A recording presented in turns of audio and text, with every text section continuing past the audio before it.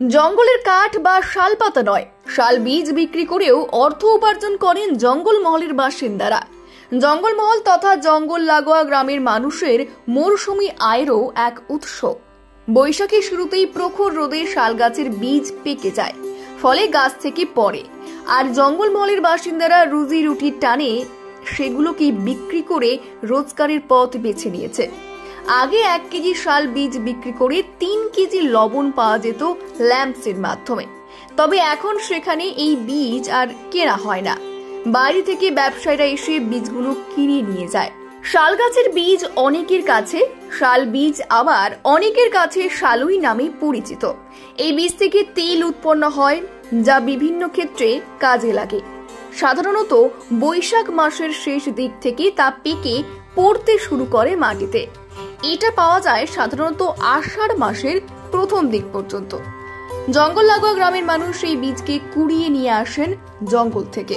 এরপর ওই বীজের স্তূপে আগুন লাগিয়ে দেন, ফলে বাইরের অংশ পুড়ে যায়। তারপর সেগুলো রাস্তার ওপর মেলে দেওয়া হয়। বেশ কিছুদিন রোদ পাওয়ার পর ভারী কিছু দিয়ে আঘাত করে বীজের ভেতরের দানা বের করা হয়।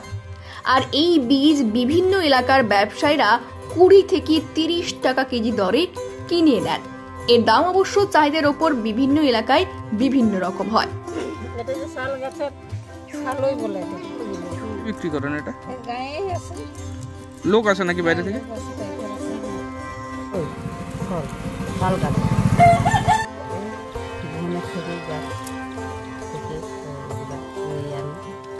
শাল গাছ থেকে। ওই শাল গাছের ফুল থেকে কি এই ফল হয়?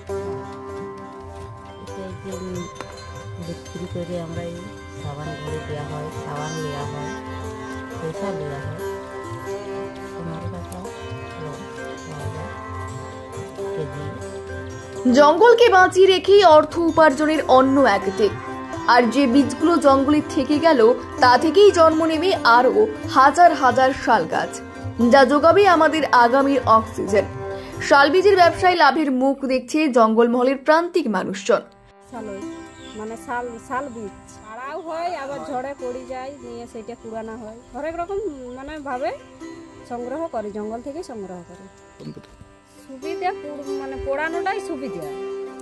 যেটা পায়ে মেরে হয় এটা পরিশ্রমটা বেশি হয়, তবে পরিশ্রম হলেও মানে ওইটাতে ওয়েট আসে, মানে ওজনে আসে। আর যেটা পোড়ান দিয়ে হয় ওইটা অতটা ওজনে আসে।